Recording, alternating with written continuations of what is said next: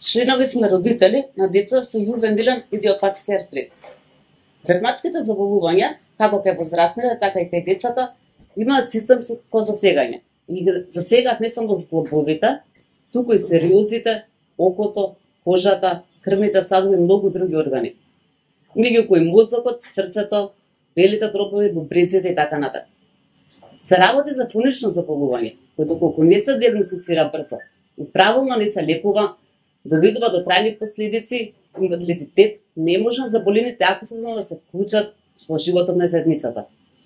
За среќа во последните 20 години на овие млади пациенти им се пружи еднаква шанса за нормален здрав и функционален живот, доколку има достапност на редовна терапија.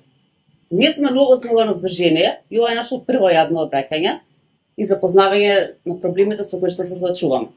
Прв и најголем проблем е дефицит на соодветен стручен кадар и терапија. Нашите деца се лекуваат на детската клиника на одделот кардиоревматологија, но ние немаме детски доктор, детски ревматолог. Секоја чест за посветеност и грижата од страна на докторите кои што сега не ги лекуваат децата, затоа што ние сме заедно во оваа борба. Но тоа не е нивна специјалност и е неправедно да ги превземаме докторите на децата кои што имаат кардиолошки проблеми. За да има успех во лекувањето, ни треба соодветен стручен доктор, детски ревматолог, кој што ќе ги води децата само за ревматолошки заболувања, затоа што тоа захтева чести прегледи и чести контроли. Примарна терапија на оваа диагноза е метотрексат. Тоа е цитостатик што се прима за одржување на имунолошкиот систем. Овој лек кај нас е регистриран, меѓутоа константно е дефицитарен. И така ние на целата мака мора сами да се снаоѓаме од соседството и да набавуваме лек кој чини 600 денари. Една кутија има 100 апчиња. Во принцип децата пијат 2-3 апчиња, зависи како се дозирани, што значи една кутија стига за повеќе од половина година. Овој цитостатик веќе одамна во посовремените земји е произведен во ликвидна форма, затоа што тој дава подобра абсорбција и не прави штета на дигестивниот систем, што е многу значено и важно, затоа што ова се течења што треба терапијата да прима до крајот на својот живот. И ние треба да го заштитиме тој дигестивен систем. Една таква инекција, што исто така се прима еднаш неделно, чини од прилика и ние до 100 денари во соседните земји, например јас во Грција имам купона во Бугарија. И во Србија има. Последна верзија на овој лек е метопен. Тоа е истата содржина, меѓутоа пософистицирана амбалажа, која што е безбедна за апликација дома и детето може кога ќе биде способно само да си аплицира. Затоа што како што напоменав, ова е доживотна терапија. Ова се мало продажни цени, но сигурно доколку тоа се прави со официјална набавка преку министерство, цената ќе биде многу помала. Сакам да кажам, во ситуацијата не е проблем скапиот лек, туку лошото менаџирање. И состојбата со биолошката терапија е слична и не поволна. Често се одложуваат примањата на терапијата поради закаснети тендери и ограничена достапност и избор на истата, тоа што го напомена. Ограничената достапност предизвикува проблем, особено кај пациентите кои што не реагираат на одредена биолошка терапија.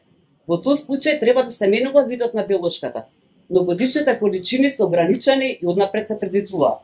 Во некој случај ова означува дека пациентот мора да чека на ред за да добие нова терапија.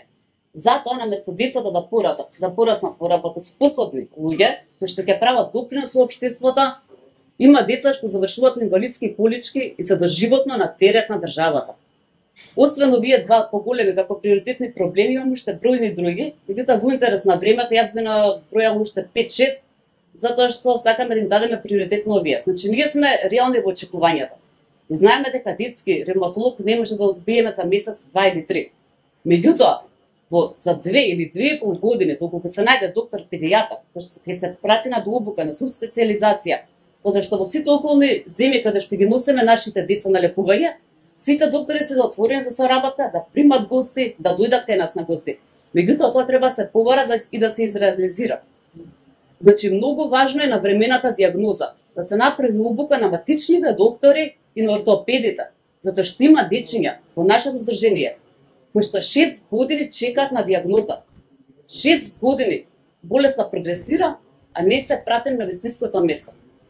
Потоа, ни треба тим од доктори, ортопед, офталмолог, ендокринолог и други кои што ќе ни бидат како матични, каде што ќе можеме да одиме често на прегледи, каде што ќе имаме приоритет во однос на другите, затоа што ние од овие прегледи имаме многу честа потреба. За контрола на клиника исто така. Ние удиме по принципот тоа што чекаме термин климатичниот. Во моментов конкретно јас чекам термин месец дена, веќе на месец и пол треба да ја правиме контролата, значи месец дена јас каснам со контрола. Како тоа може да се одрази на болеста, може да претпоставите. Физиотерапија. Тоа е многу неопходно. Тоа треба да биде препорака од секој доктор, секој детски ревматолог кој што е стручен, кој што ќе го води детето, како препорака да му назначи дека мора да има физиотерапија, затоа што мускулатурата на овие деца мора да се одржува за да нема големи деформитети во слободите. Во интерес на времето јас тоа би могла да го кажа како прво излагање. Благодарам.